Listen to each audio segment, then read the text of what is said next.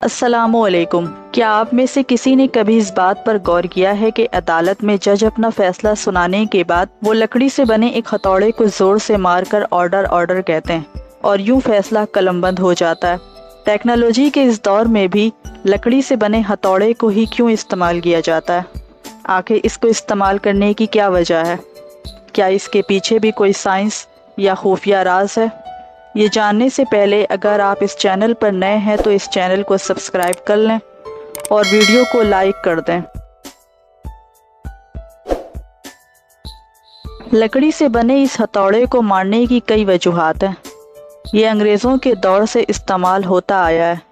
इसका आगाज़ इंग्लैंड की एक अदालत में हुआ जहां किराएदार और मालिक मकान ज़ोर ज़ोर से लड़ रहे होते थे और जज को अदालत का माहौल और डिसिप्लिन कायम रखना होता था, जिसकी वजह से वो लकड़ी की टेबल को ज़ोर ज़ोर से बजाते थे और बादअज़ा इसकी मुशाबत से एक लकड़ी का हथौड़ा और टेबल बनाई गई, जिसके बाद दुनिया भर की तमाम अदालतों में डिसिप्लिन को कायम रखने और जज की बात पर तवज्जो देने के लिए लकड़ी का हथौड़ा इस्तेमाल किया जाने लगा।